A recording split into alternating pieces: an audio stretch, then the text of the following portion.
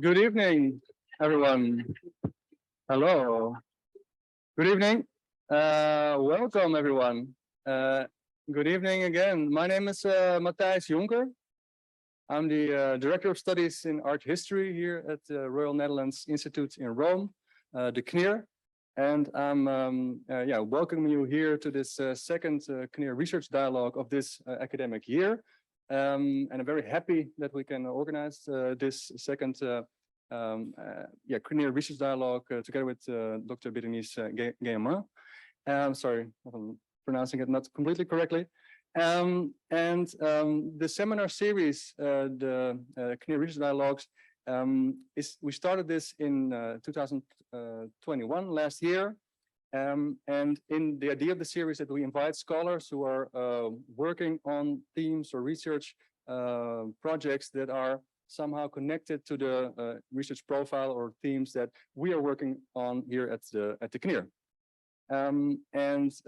We asked them to present work in progress and also to engage with the public, both here and at home via Zoom. To really engage in a dialogue, indeed, to engage, a fruitful discussion, hopefully. And thus far, the theme of the dialogues, research dialogues, have been colonial Italy or Italian coloniality, and we purposefully define this theme very broadly, so that it can cover Italy's role in various colonization and decolonization processes throughout the ages, so from antiquity until the 20th century. And this also includes Italy's virtual discovery of the New World in the early modern periods, as described, for instance, by Leah Markey and Elizabeth Horodovich. And that brings me to tonight's presentation, tonight's speaker, and I'm very delighted to be able to present to you, introduce Berenice, who is an art historian, an ethnologist, and is specialized in the study of colonial Nahua Catholic texts, and then both written, alphabetical, and pictorial. Berenice obtained her PhD in ethnology at the University of Paris-West Nanterre and contributes since 2020 to the Florentine Codex initiative of the Getty Research Institute. And a couple of words about this project. I think Berenice will probably explain it better and more elaborately. But the Florentine Codex initiative is a project started in 2015, and it provides an unprecedented account or access to the Florentine Codex, which is an encyclopedic manuscript of early modern Mexico and Nahua knowledge, so from the 16th century. The goal is of the project is to provide a digital Florentine Codex, so an enhanced online edition of the manuscript, complete with Nahuatl and Spanish transcriptions, and with English and Spanish translations, also with searchable text and images. And hopefully, or surely, this will stimulate new lines of scholarship on Nahua visual culture and arts. As I mentioned, I'm sure that Berenice will give us a short introduction to the project as well. And I will ask her to come forward and give her a presentation. I'm very eager to hear what she has to say about this very stimulating and interesting project.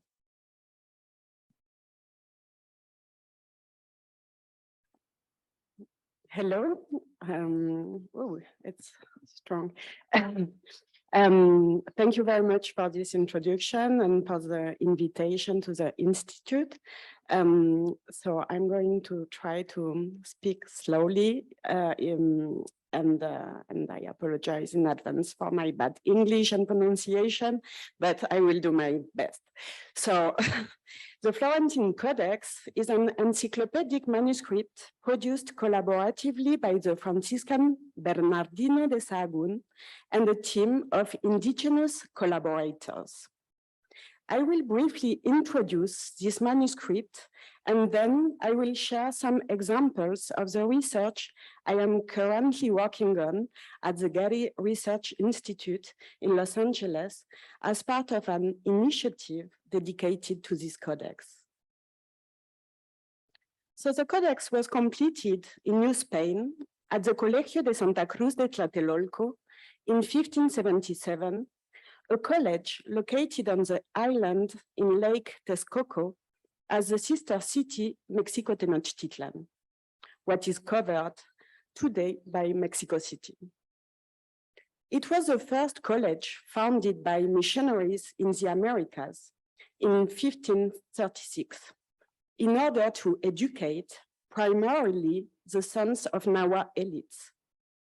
There, they were taught how to read and write Spanish, Latin, and Nahuatl, which at this time was the main indigenous language spoken in Mexico and written alphabetically since the arrival of the first friars. The students of the college were also taught the trivium and the quadrivium, as well as the Christian doctrine. As we will see, some of the students of the college helped Sahagún create the Florentine Codex, also called the Historia General de las Cosas de Nueva España, General History of the Things of New Spain. Indeed, the manuscript is the culmination of decades of meticulous gathering and recording of knowledge about Nahua culture. The content is clearly encyclopedic, from the Greek for general knowledge, in that it attempts to encapsulate the sum of what was then known about the Nahua world. Today, the manuscript consists of more than 1,200 folios, so about 2,500 pages, and it is bound in 3 volumes. It is composed of 12 books, organized according to the hierarchical organization of classical and medieval compendia or encyclopedia.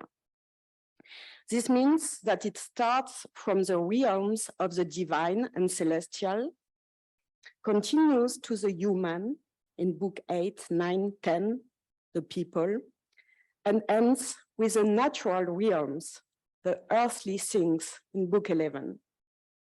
So only book 6, dedicated to rhetoric, and book 12, dedicated to the conquest, break with this sequence. Its story is very complicated, and I won't have time to enter into these details today. Nevertheless, it's important to keep in mind that it's a long 30-year project, marked by the composition of several drafts and copies, and that the Florentine Codex is the last clean copy of a series of previous works, nowadays preserved in Florence. But why did this manuscript end in Italy? So several hypotheses have been formulated, and here is a more recent one and likely one, formulated by Ida Giovanna Rao in 2011, thanks also to a discovery made by Marquis. So to start with, it is well known that it's just when Sahagún and his team achieved this last copy that Philip II, King of Spain, decided to add this work to the index of forbidden books of the Spanish Inquisition. In a cedula dated from 1577 and addressed to the Viceroy of New Spain, Martin Enriquez, Philip II explains that many things in this universal story touch on superstitions and ways of life that these Indians had and that should not have been written in any language. Sahagún disregarded this prohibition and gave it to Fray Rodrigo de Sequeira, General Commissioner of the Franciscans. And Sequeira brought a copy to Spain in 1590.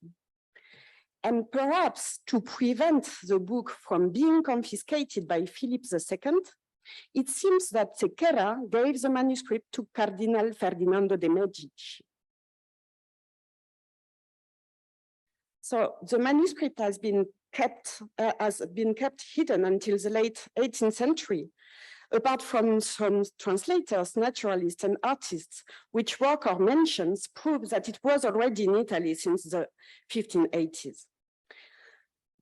So I won't enter into these details, but here you can see some manuscripts kept in New York and also mentions by a naturalist, Ulisse Aldrovandi, and also there are hypotheses saying that it has been used as a source of inspiration for the Uffizi Gallery vaults by Buti. So during the 18th century, we know that it was part of the Biblioteca Medicea Lotharingia Palatina collections. It has been then transferred where it remains nowadays to the Biblioteca Medicea Laurentiana. Its first description has been made in 1793, and it's only 1 century later that its first transcription has been done by the famous Mexican historian, linguist, and archaeologist Francisco del Paso y Troncoso, who died in Florence in 1916. Other publications and some translations have been made since, and the first facsimile have been published in 1979. Another important date to have in mind is 2015, when the Codex was declared a World Heritage by the UNESCO and has been added to the World Digital Library. So after this brief introduction, I will focus now on its content. To start with, it's important to highlight that the Codex is renowned for its bilingual presentation. So indeed, each 12 books includes first a primary Nahuatl text in the right column, second, a Spanish interpretation of the Nahuatl text made by Sahagún and located in the left column. And third, hundreds of illustrations, more or less 2,000 images, painted by Nahua artists, in general integrated into the Spanish left column. So together, the alphabetic text and the images form 3 parallel narratives. And today I will give several examples to show the discrepancies and complementarity in between these 3 sources of information and how they can be used in conjunction to gain a deeper understanding of the intended meaning in the Codex. Before starting, it's important to say that the Nahuatl text has only been translated once into English by Charles Dibble and Arthur Anderson, a task that took many years to accomplish. James Lockhart also produced a translation of the 12th book. Apart from some chapters or paragraphs, the Nahuatl text has never been fully translated into Spanish. And for the sake of this presentation, I will use today these English translations and mark those Nahuatl to English translation in orange. On the other hand, the Spanish column has been transcribed and published by Alfredo López Austin and Josefina García Quintana, but has never been translated into English. Yet the Spanish is sometimes difficult to understand since it's from the 16th century. So my colleague, Leon García Garagarza at the Getty, has been working on this translation for several years. And it's his marvelous work I use today when I refer to the Spanish column, but in English. Okay. So the images also have historically been even more inaccessible. Before the full Codex was made available on the World Digital Library, most scholars studied the images from the plates published in Anderson and Dibble's publication. Thus, the images have been taken out of context. Moreover, they are not the original ones, but traced copies made over 100 years ago. Because the images are grouped together in plates, the reader loses the embedded nature of these images and their link to the alphabetical narratives. Probably as a result, the images received much less attention than the texts. Specialists sometimes ignore them, considering them to be too hybrid and much less interesting than images coming from pre-Hispanic manuscripts or codices. Yet, we will see that the art style and iconography of the images is neither European nor Mesoamerican, but an entirely new colonial creation. And I will try to introduce you to the truly unique portrayal of Nahua life and customs that they preserve for us. So today, the Codex is considered the most reliable source of information about Central Mexican culture. That said, at present, to work with the Codex, one must have at one's disposal the facsimile, the transcriptions, the translations, and to have access to all of these expensive, sometimes publications, in particular the facsimile, is a real privilege in itself that many scholars and students can't afford. So with the digital Florentine Codex, as we call it at the Getty, we aim to change that. So I was invited to work 2 years ago at the Getty to participate to this initiative directed by Dr. Kim Richter. Thanks to this initiative, new translations, including the one by Garcia Garza, here in blue, and the new Nahuatl to Spanish translation of Book 12, made by Berenice Alcantara and Federico Navarrete at UNAM in Mexico, will be published online, next to the other older translations and transcriptions that I have just mentioned. They will be placed next to each other with high-resolution images of the Codex. So here you can see a wireframe that is a draft of the design, where you can get an idea of the rich content that will be available through the website called Digital Florentine Codex. The user will be able to flip through the Codex while comparing its folios with different transcriptions or translations. Moreover, my colleague Alana Radlot de Sur and I are tagging all the images with keywords to make them researchable. So now I will introduce you to this work specific on the images. So we started with the study of Book 12, which narrates the history of the Spanish invasion from the Mexica perspective.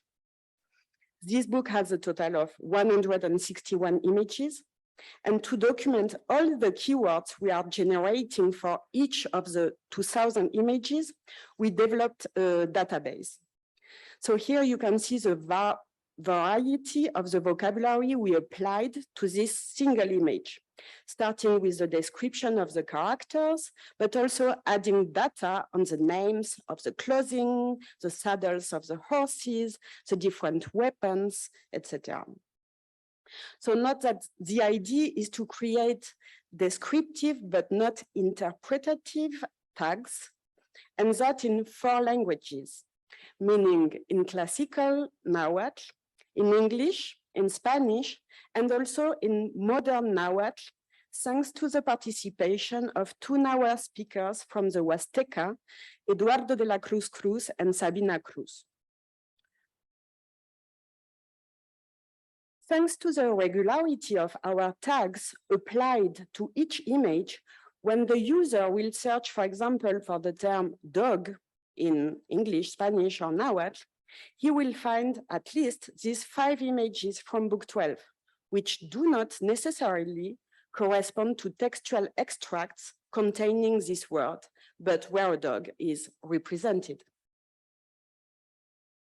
So before introducing the method and some of the results of my work, it's important to present the method Sahagún and his collaborators used to gather the information contained in the 12 books. So some aspects of Sahagún's methodology can be with precaution and being aware that, of course, it's an anachronistic statement compared to ethnography, as many scholars have pointed out. Indeed, taking into account the basic definition of ethnography, we can affirm that, yes, this manuscript consists on a systematic study of Nahua culture, that it explores it from the point of view of the subject of the study, that it is based on fieldwork made by the friar and his collaborators who were sent to different places to gather testimonies of the elders, and that this inquiry was made in Nahuatl through an experience which can be compared to participant observation of contemporaneous ethnologists. Moreover, it's a holistic study since it deals with a broad variety of topics, including history, climate, habitat, etc. Despite all its interest as a primary source, the Florentine Codex nevertheless falls within the parameters of the early modern European quest for collecting information on newly conquered territories and their people. We also have to keep in mind that the Franciscan compares himself to a doctor. For him, the Indians had a sickness, idolatry.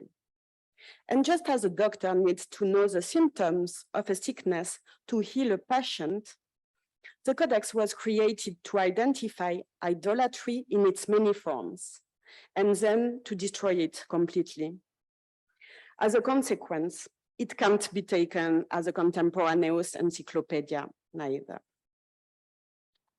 We also need to add that Sahagún heavily relied on Nahua collaborators.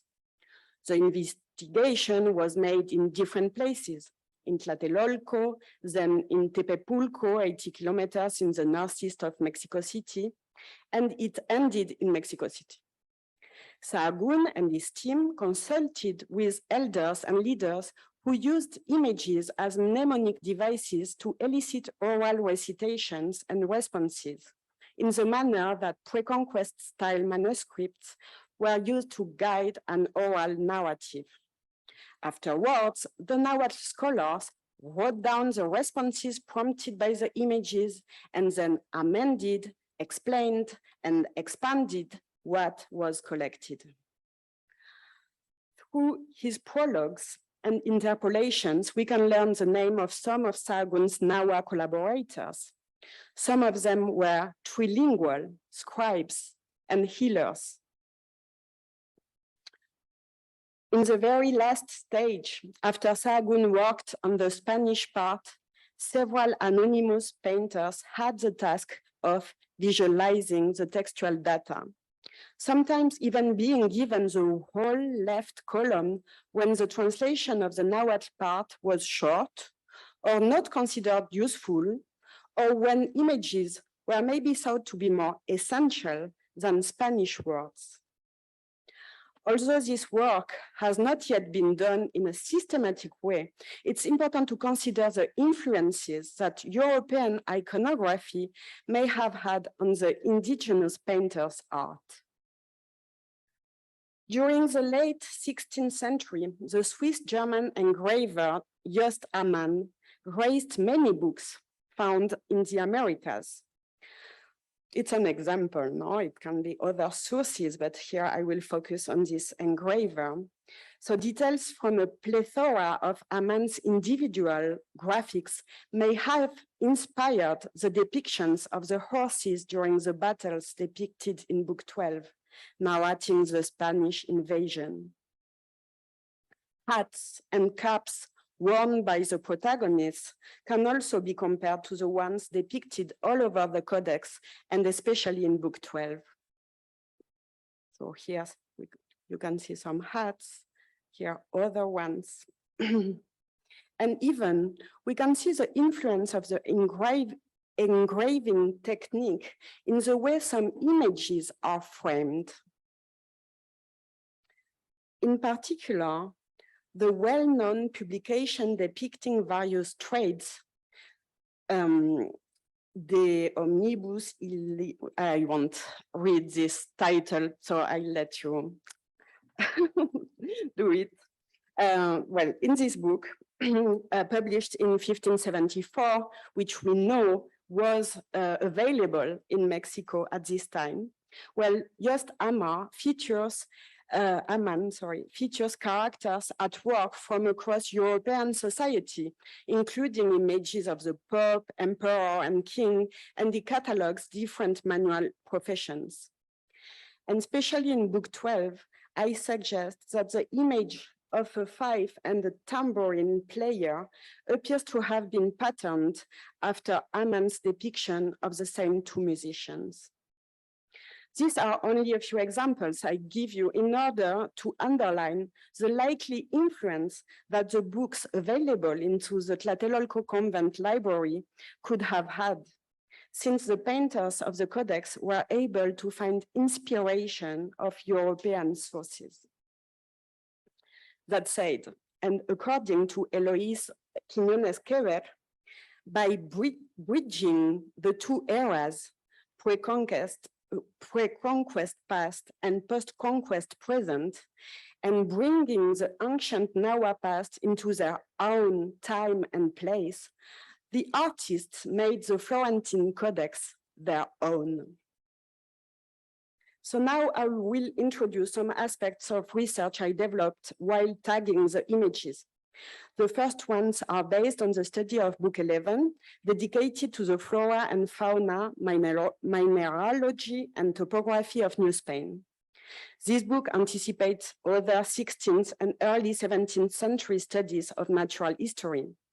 And a detailed comparison between this book and previous medieval encyclopedias and later works should be systematically made in the future. Today, I will focus on the descriptions and depictions of animals. So in total, 419 animals are described, while 367 of them are also associated with an image. So thanks to a careful reading of the alphabetical text, we can observe that the description follow a pattern.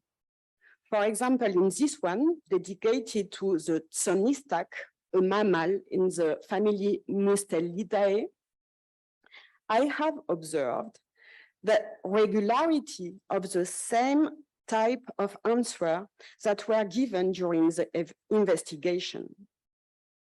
And as a result, we can deduce the questions that were asked from the informants. What is the name of the animal? What does it mean? What is its general appearance? Where does it live? Where does it breed? And what does it eat? Is it hunted, fished? Is it skin, feathers, or meat used? Is it edible? So these questions vary depending on the animal's class and even from one book to another. Other scholars, such as Alfredo López Austin and Leonardo López Luján, have also highlighted the variety and regularity of these questions. When we compare the two columns, we can also see that the Spanish column is not always the exact translation of the Nahuatl. Sahagún added personal comments or personal interpolations. For example, he sometimes tried to suggest additional identifications. There is in this land a raptor bird that seems to me to be, and after he gives his comment, no? None of these comments are found, obviously, in the Nahuatl column. Sahagún sometimes adds his own text that departs entirely from what is in the Nahuatl text. These prologues or notes to the reader are deeply valuable. They provide information about his thoughts on evangelization, sometimes giving some dates and recounting specific events, including his encounter with epidemics in 1545 and 1575.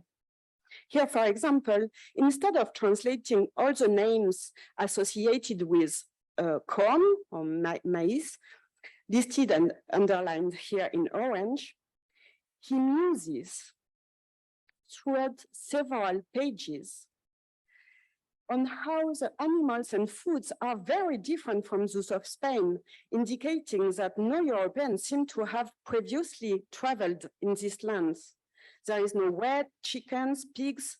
So this questioning leads the Franciscan to wonder if these lands could have been evangelized in the past and how the Indians could have forgot the Catholic faith.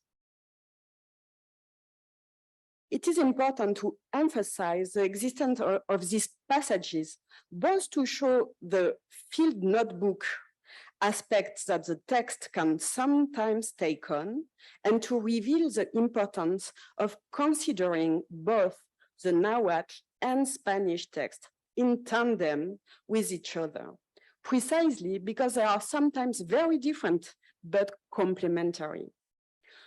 Moreover, after having completed this interpolation, Sahagún left, we can see here, a lot of room for the painters who were able, as can be seen here in the pink boxes, to take full advantage of the left column. So less text in Spanish, less translation and interpolations. We also know, and Sahagún himself says so, that one of the aims was to collect a wide variety of Nahuatl words, with the aim of bringing them together later in another type of work influenced by the Latin dictionary of Ambrosio Calepino. This explains why in the right column, the Nahuatl one, the description often ends here in orange with series of verbs conjugated in the first person. Some of these sentences provide a rich and useful vocabulary, which of course doesn't appear in the Spanish column. No? So here talking about this kind of shrimp called acocilin, the paragraph ends with I toast acocilin, I cook acocilin, I sell acocilin. No? So, however, it's important to remember that ethnography questions discussed earlier were not based on pure naturalist or linguistic curiosity. In addition to his desire to eradicate idolatry, Sahagún's main idea was to compile information that would be useful for preaching, that would have an utilitas. And the descriptions of animals were in fact also collected as examples for the neophytes. I have personally noted a series of exegetical developments, that is to say, little anecdotes that are quite fascinating to read. For example, the Cocortli, or Inca dove, is described as monogamous, and by a sort of transfer of properties, eating its flesh would cure both sadness and jealousy.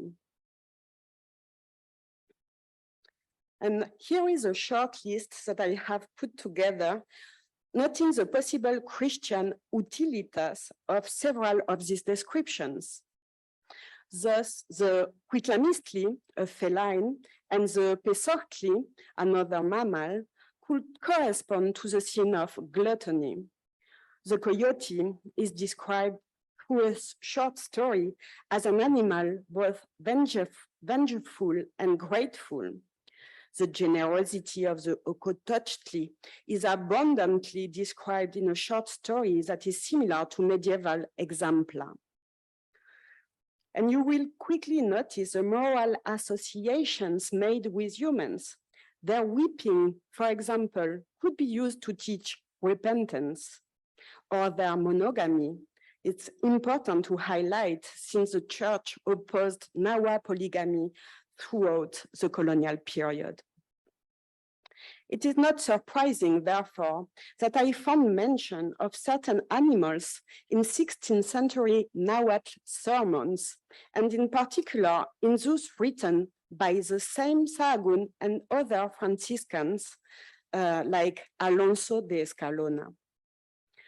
For example, the snake called Maquiscoatl, literally bracelet serpent, is described in Book 11 as a bicephalic snake related to tattletales or snitches, because it not only has 2 heads, but also 2 tongues.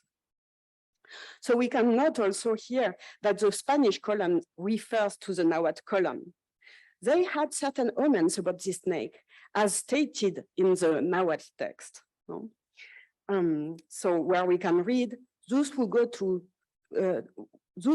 stirring up trouble, who gossip, are named Maquiscoatl, because it is as if he spoke falsely, was a tale bearer, like an evil omen. And what is interesting is that we find the same Maquiscoatl mentioned in a sermon written in Nahuatl at the same time the codex was elaborated. So here, evoked during the Christian Mass, the snake becomes the symbol of lies and duplicity. And we see that the necklace snake, Maquiscoatl, helped the missionaries to illustrate one of the 10 commandments: you shall not lie or bear false witness against your neighbor. So this is a sermon kept nowadays at the Biblioteca Nacional de Mexico, and I've been participating to other projects in order to translate these 80 sermons grouped together.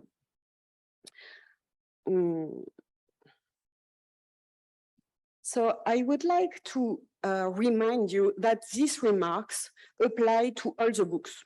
For example, Book 10, to which I will return later, is dedicated to the people.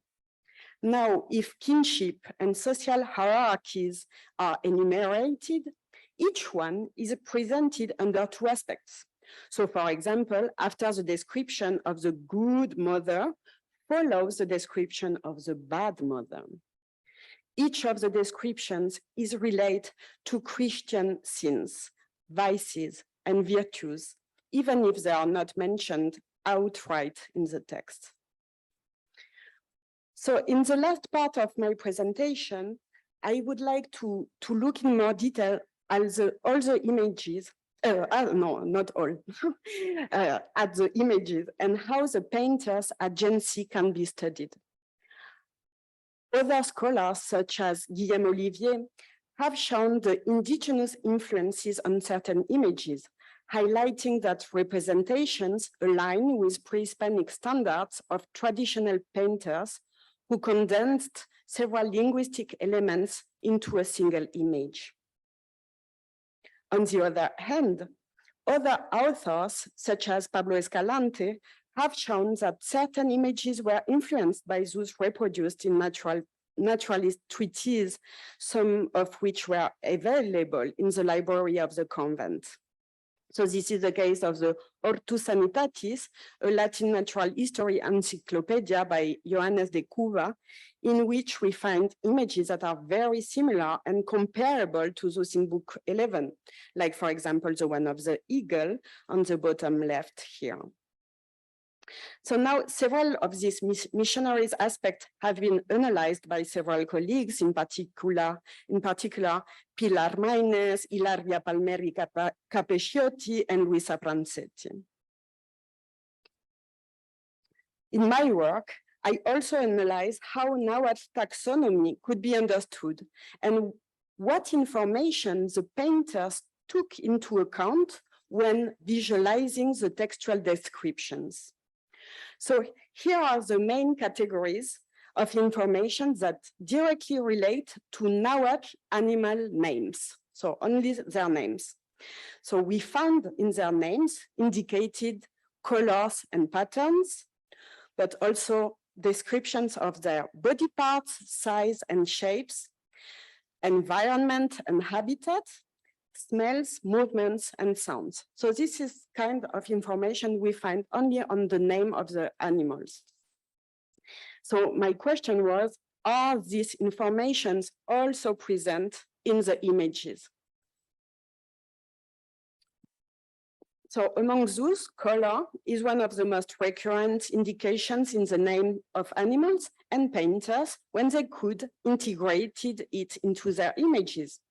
So as we see with the roseate spoonbill, Tlatelolco, whose name contains the root of the word down, tlawit, itself used to refer to the pink ochre color.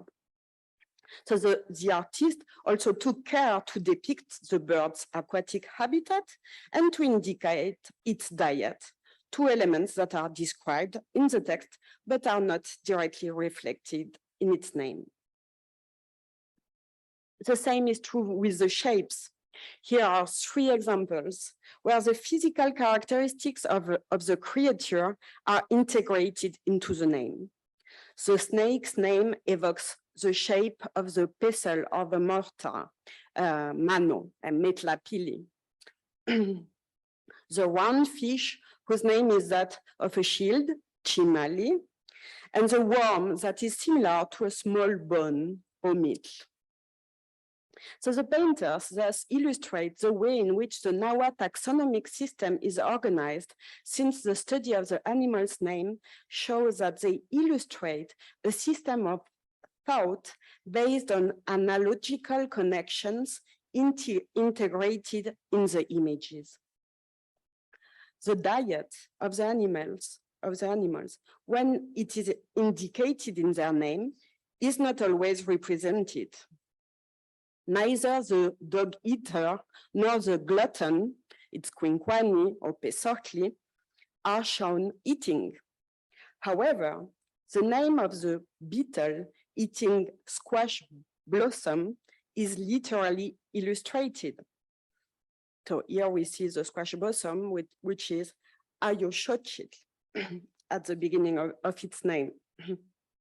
And also the duck called sand eater, we can see it like the dots for the sand, shali, and as well for the snake, hunter of quails, solin in Nahuatl, quail, solin. Other animals whose name does not refer to their diet are nevertheless depicted gnawing, swallowing a fish or a snake, with their claws placed on their prey or their beak associated with the carrion. The bad smell of the Quitla ascat, dung ant, is not depicted at all in the images. Instead, the image illustrates the textual description, the fact that they breed in the roots of the maguey plants. In contrast, the stench of the petrified skin of the palanca coat, petrifaction snake, is rendered by the painter as the description indicates, through the flies that would attach themselves to its rotten flesh. So, yeah. Birds whose name begin with, sorry, yeah, well, no, I don't have the birds, but here we can see also that the habitat is mentioned on the name. So here the crags, also the cave, and for the Ostowa and the Caltata patch, which is una cucaracha, the house. I'm improvising now. I'm lost with my notes, but yeah. So we can find other indications as I was mentioning. About onomatopoeias, the origin of a number of bird names is associated with their song. However, painters have never depicted them singing, something that would have been possible through the use of a speech scroll frequently used in pre-Hispanic and colonial times to refer to sounds, dialogues, etc. But this sign, coming from the so-called traditional writing, was only used to refer to the precious song of the Senson Tlatole. So we see that the painter added small concentric circles to the scroll, and these circles refer to the greenstone chalchihuitl, symbolizing preciousness. Seemingly random objects are sometimes integrated into the landscape, but they indicate the creature's name. So this paper depicts the first part of the name of the small Chilton fly, referring as well to the venomous sting of the small fly, chili. Similarly, a small jar of honey was placed near the honey ants to indicate their name as well as what they produce. And the name of the snake, Tlatelolco, translates as old petate snake. Petate means mat. So however, although the Spanish column not mentioned in its description, well, we can see that 2 images are dedicated to this description, and that we can see the reference of the mat, the petate, in the image of the centipede.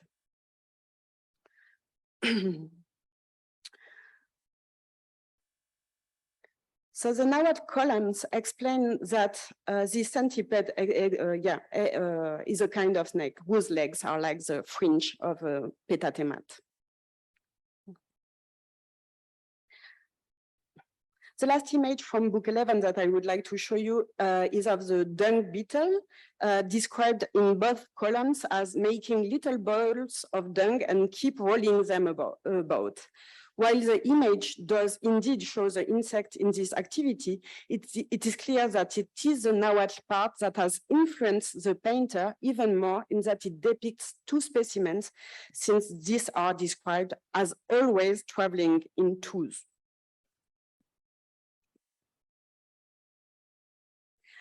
And next, I will show you now several images from book 10, devoted to the vices and virtues of the people, to give you a sense of the manuscript's variety. So to begin, here is the first image of the book, corresponding to the description of the mother. So which one, the good one or the bad one? So, as I said before, this one is presented in its good and bad aspects. But now this image could at first seem enigmatic. Is it the good or the bad one? A more precise examination of the 2 texts allows us to understand its meaning.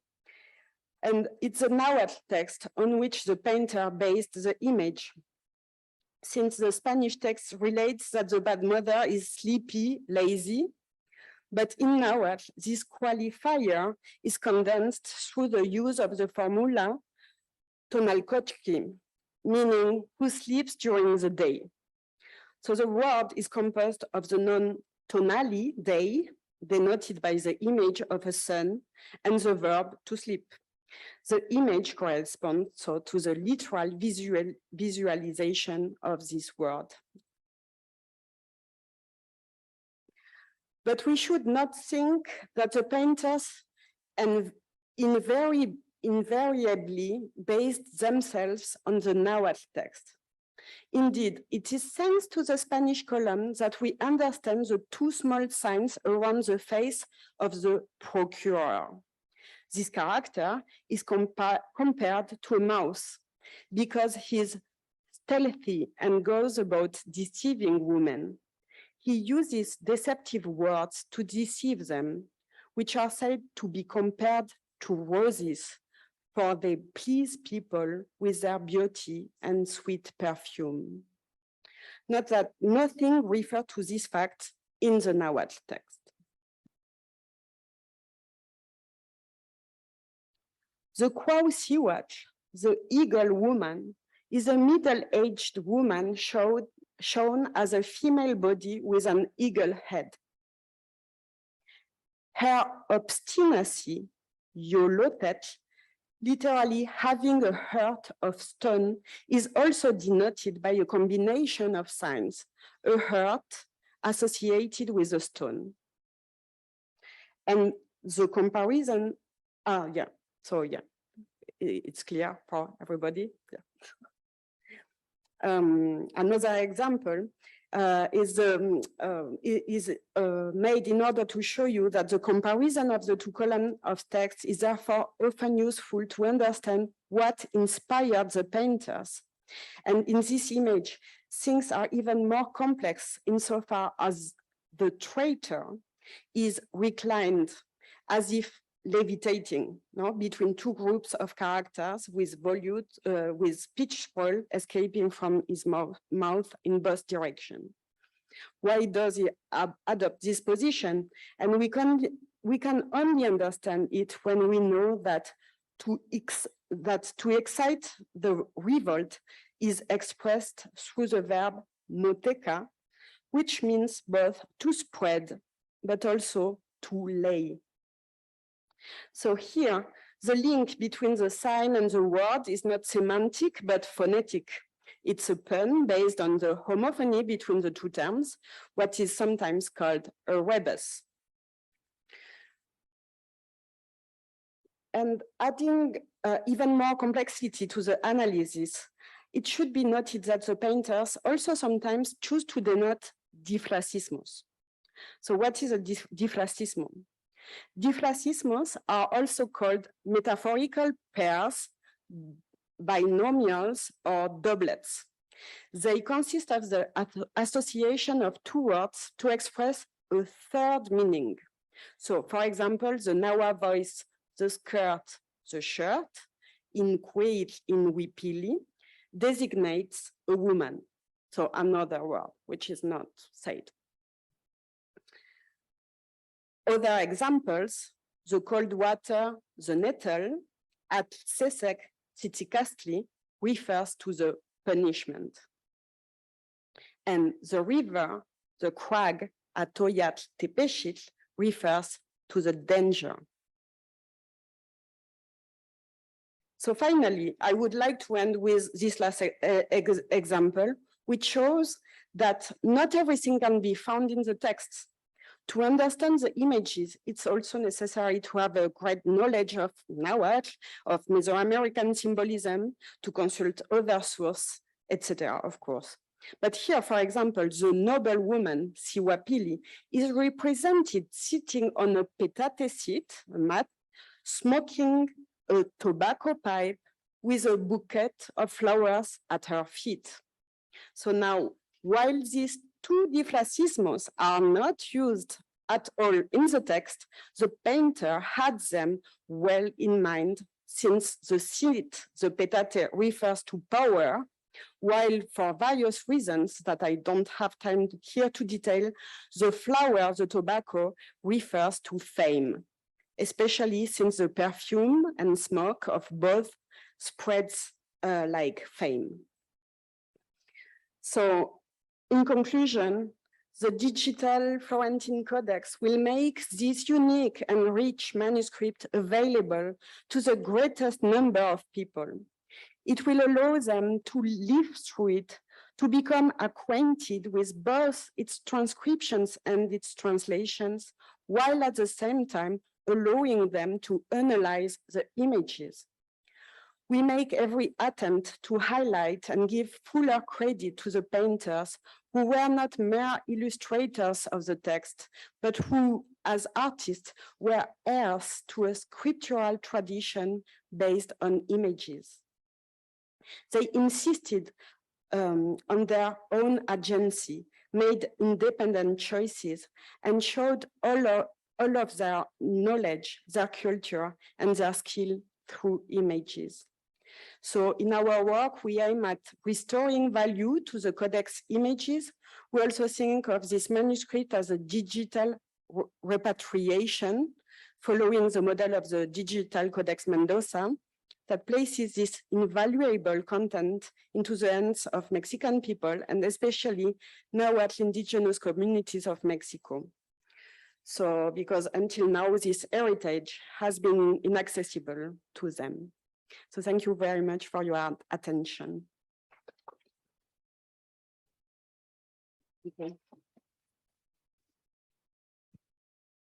Thank you so much, Berenice, for this great talk. It's a very rich presentation about your own work and also about the work that you're doing together in your team with the Florentine Codex initiative in Los Angeles at the Getty Institute. Indeed, it is logical that this is a whole team because it's such a complex, complicated work. Manuscript, so it's really something that needs to be done together with other people, as it has been created in the 16th century in Mexico in various places and by various people and also types of people. I wanted to ask someone who wants to start off the discussion, who has a question. For Berenice, and also people at home can also ask questions. So if the people at home have questions, please do so by raising the hand function. So who wants to start the discussion? Is there someone already wanting to ask something or comment on something that Berenice said? Yeah. That was marvelous. So I really enjoyed that. Thank you. I have one minor question. You point out that the images are usually included in the Spanish column. On one of your early slides, book 11, page 229, we have a delightful image where there are little black and white birds, and two of the black and white birds are in the Spanish, but then there's one over on the side in the Nahuatl, and it makes it this beautiful, I don't know, poetic little flock of birds. What's going on there? It's I don't know if we can bring up the slide, but it was I thought extraordinarily beautiful and poetic, but that was just my superficial vision. So I wondered what your thoughts were on that tiny detail. Okay, let's see if I found it. Thank you for your question. Yeah, as I was mentioning, so it's also because of the order that the information has been written that, so it started really with the Nahuatl and after the Spanish columns and after the images. So in some case, we can see really that, I can't find it, I'm sorry, it's blocked. We can see that some space have been reserved for images and sometimes not at all. So in for book 11 in general, the frames have not been thought in advance, so they are added where there is space. No, so it's because of that it happens also in the Nahuatl column. But when it's it has been thought in advance, we can see that because some of the books are not painted, but we have the empty spaces. But yeah, for the animals, they added where they could, where they found spaces. I'm sorry, I can't find these images. This image you just mentioned, it's blocked. I don't know why. It's thank you. It's yeah, sleepy. Let's come over here, yeah. Thank you for your presentation. You explained how the illustrators were likely indigenous themselves and how they anchored their illustrations in Nahua culture, language, and the Nahua descriptions in the book. Are there also cases where they base their illustrations on the Spanish description? So yeah, could you tell us something about that? Well, yeah, it wasn't maybe very clear, but yeah, I tried to show some examples where they took the information from the Nahuatl, and sometimes it's from the Spanish, and sometimes it's from both. But it's true that both texts were available when they were painting. So yeah, I think the painters, depending on their personality also, they were reading one of them or focusing on one of them, playing with some words, also adding some of their knowledge. But yeah, because it happened on the third step, so it's because of that they have chosen one or the other. Yeah, so but yeah, it wasn't clear, but some of them, yeah, I was showing are coming from the Spanish, in particular this one, yeah, from the Spanish column. Okay, maybe I want to ask a question, now following up on the questions we now have, because I was wondering, you mentioned, Berenice, that so indeed, first was the Nahuatl text and then the Spanish text, and then at the end were the images included or painted by the indigenous artists. But to what extent, if you know, if it's known, were they planned? So you said that there were places left empty for these images, but for instance, were there also sometimes words or phrases in the text that refer already to these images that were supposed to be painted later on? Because you very clearly showed that the artist now looked first at the text, and then they refer to sometimes what was written in the text. But is it also the other way around? It can also be that the text refers forward then to what will be shown in the image. I never say that, but it's a very good question. I think I've never seen that, and I know, because it's really all the images were painted on the last stage. It's because of that. I don't have any example where the text refers to the images. No, yeah, but yeah, it would have been very interesting. Yeah. To find. Yeah, because I think I read somewhere that I don't think that Sahagún talks a lot about the images in his prologues or somewhere or in the text. So it seems to be that some scholars think that they're more like an afterthought, these images, that are not necessarily planned from the get-go. We know that Sahagún worked with images and painted pictures in the process of collecting all his material. So the information was based on these paintings, but was it already planned from the start in the final project? Because I don't think, or in these prologues or letters to the readers, he does not refer that much to these images, or am I wrong in that? Yeah, to these ones concretely, not after to the ones they have been used during their field work, let's say. Yeah, the methodology, as I was explaining, yeah, was based on going in the field and taking advantage of the knowledge of the elders through also images, well, pinturas, as they were describing them, from codices, no? So, but to these ones precisely, I don't think there is mentions, but also it's confusing sometimes because Sahagún was using also a lot of images, what was considered images, but in a rhetoric definition, no? The images in order to apply for example, to illustrate sermons, etc. So there is various images in mixed together in the discourse, I would say. Yeah. Okay. Yeah, we have a question first in the back and then in the front. Yeah, thank you so much. That was fascinating. And since, as I understood correctly, it is not online yet. So the question that burns on me is when will it be online, and can we leaf through the pages? And I was very interested in the sensory experience. So I was very glad that you talked about how do these images deal with smells and sounds. I found that very fascinating. I was struck by the quote you had from Sahagún, where he said, as you can read in the Nahuatl text, this and this and this, which raises to me the question, who could read this? Or is there an audience he is writing to when the manuscript or codex went back to Europe? Were there readers of Nahuatl and of Spanish who could make sense of both of these texts together? And yeah. So yeah, I will start answering that. Yeah, as you can read, also shows that this part has been made after the Nahuatl, and yeah, it's generally described as translation.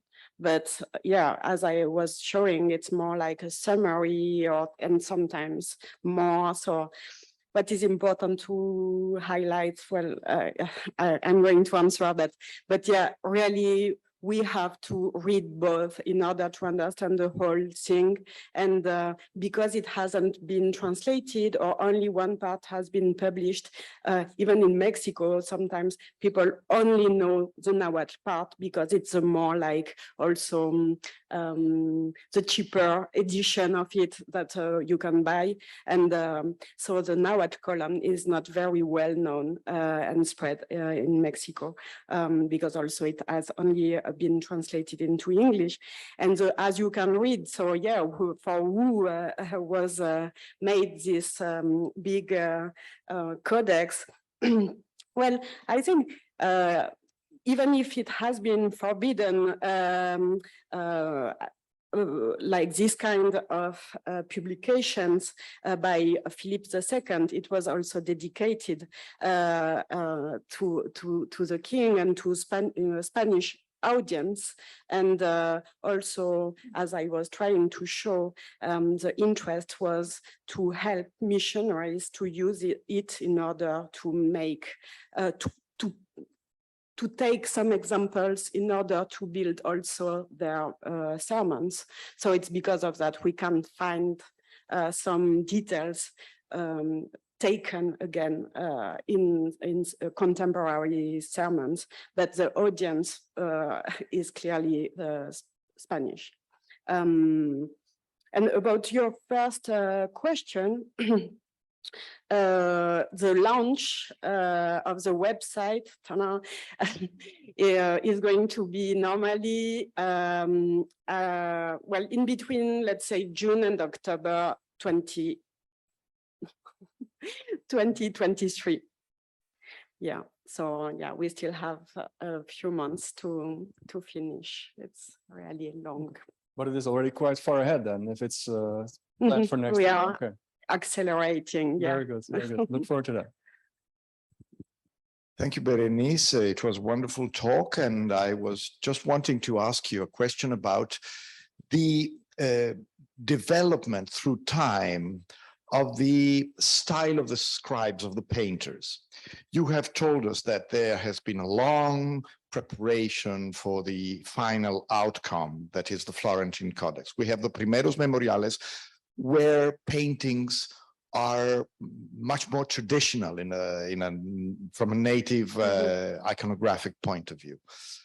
But and also the several books have not been written in the same time. So I suppose that some books, the one you showed us dealing with conquest and the one showing the animals, have a very strong European influence, because we know that, for example, the book on earthly things reproduces medieval models of like Bartholomeus Anglicus and all these sort of things. There are very clear native concepts and drawings like the Tlatelolco, where the mat of snakes, no? But other books maybe had less European influence. So I was wondering, are there some parts of the paintings of this last outcome, the Florentine Codex, who preserve a more an older pattern, and others who are more Europeanized, how to say? And does it also depend on the topic, on how much it was a delicate topic to represent? I imagine that rituals and sacrifices and these kind of things were the matter for which the book has been written, to give witness of their barbarous behavior and to better fight against it. No, but I'm just wondering, how did, through time, the handcraft of the Tlaquilos develop?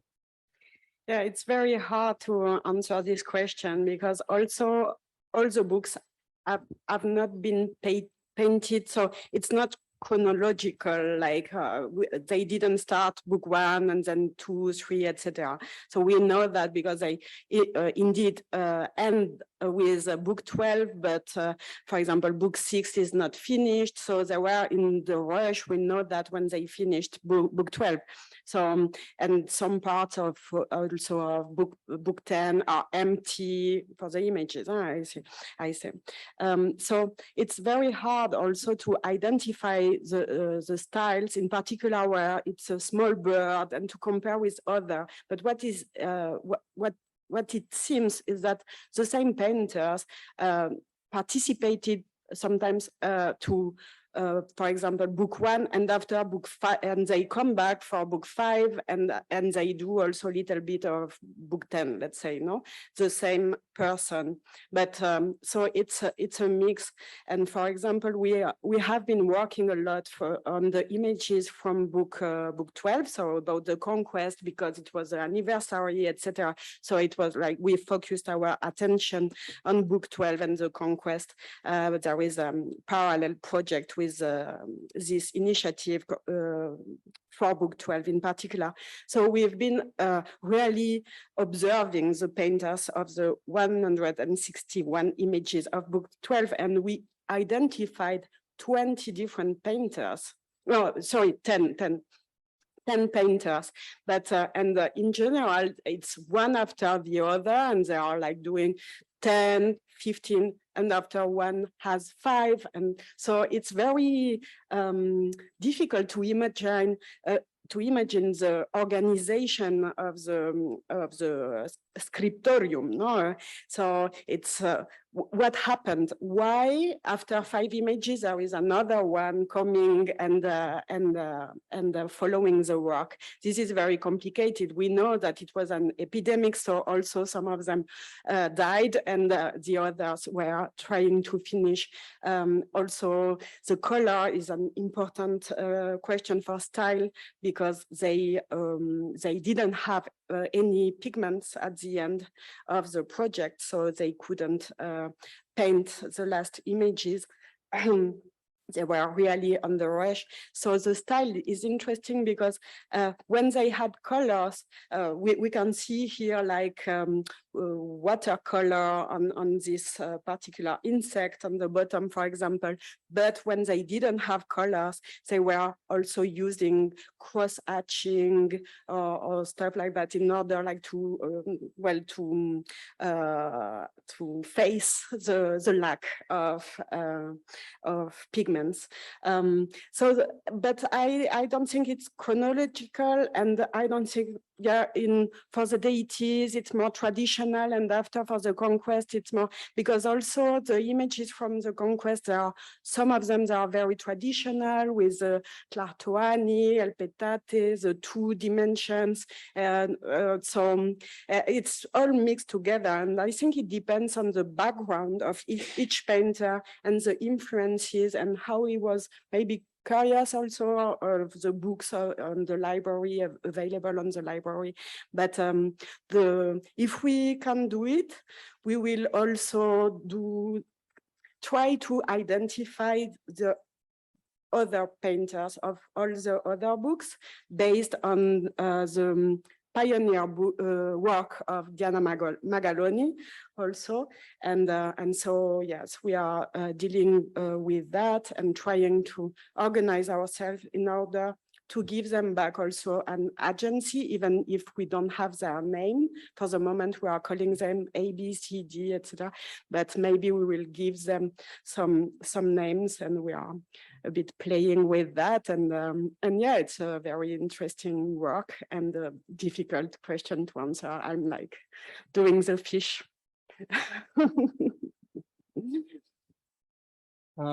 Great. We have time for 1 or 2 more questions, if there are any. Other people still wanting to ask something? Now's the chance. Yeah, Minta?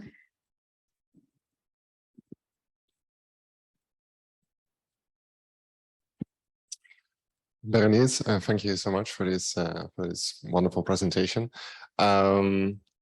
I know that you mentioned that the edition mainly focuses on book 12 and then the story of the conquest and also these earthly things and so on.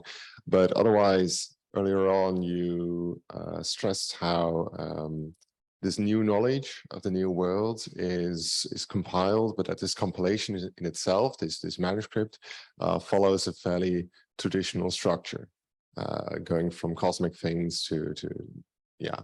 But I was wondering whether there's also indications that this wealth of this plethora of new knowledge that becomes available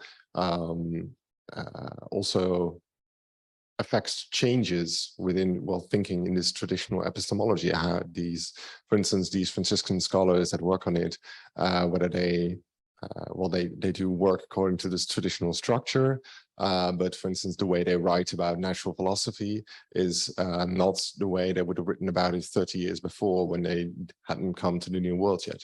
So are there also changes there in sort of this the traditional epistemological structure of this work? Mm-hmm. Yes. Yeah, it was roughly like described like this organization.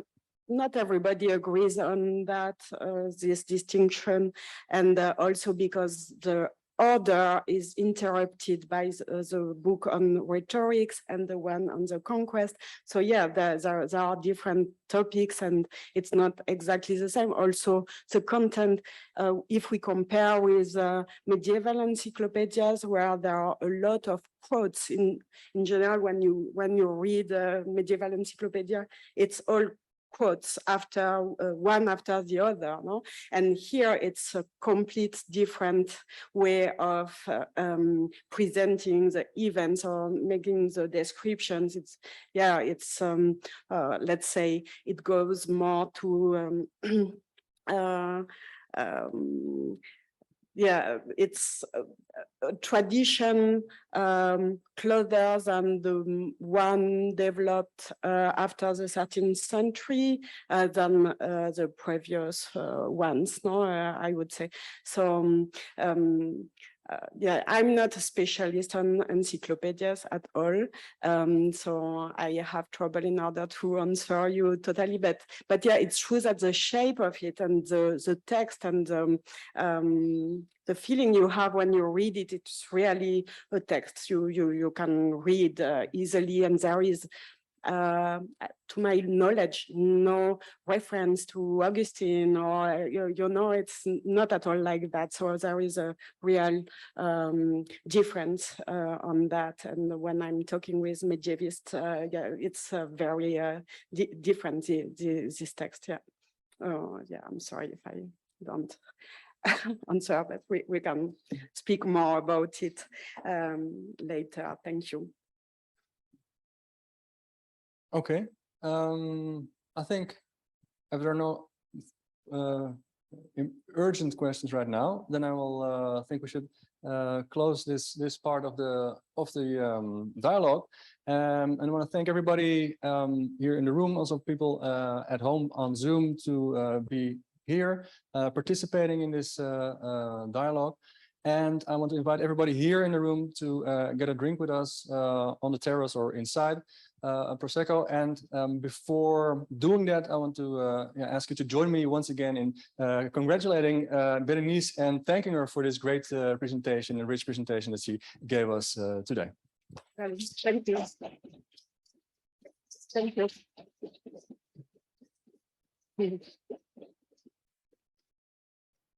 Thank you very much. I appreciate. And also I want really to highlight that it's a collaborative work. And on the painters, I forget to mention Mary Clark, a colleague of mine who is working on that, really dedicating her time to this research. So yeah, it's very, it's a teamwork. Thank you.